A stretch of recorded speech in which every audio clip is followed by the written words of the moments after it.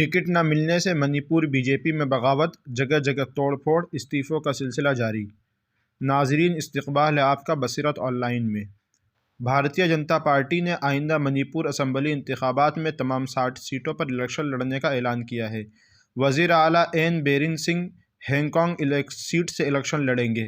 Party نے تمام نشستوں کے لیے امیدواروں کے نام بھی طے کر لیے ہیں۔ منی پور میں انتخابات 2 مرحلوں میں 27 فروری اور 3 مارچ کو ہوں گے۔ ٹکٹ نہ ملنے سے ناراض اور مایوس امیدواروں نے جم کر مخالفت کی اور استعفوں کا سلسلہ شروع ہو گیا ہے۔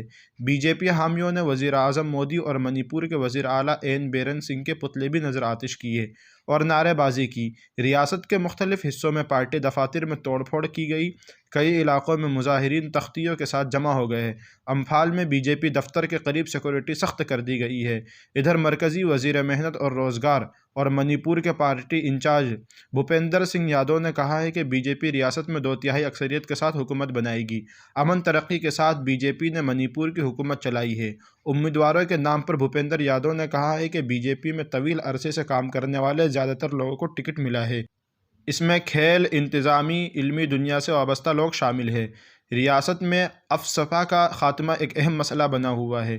حال ہی میں وزیر اعلیٰ این بیرین سنگھ نے یہ بھی کہا ہے کہ ان کی ریاست کے لوگ اور وہ خود چاہتے ہیں کہ armed forces special power act کو منسوخ کیا جائے، لیکن یہ صرف مرکز کی رضامندی سے ہونا چاہیے کیونکہ قومی سلامتی ان کی اولین ترجیح ہے۔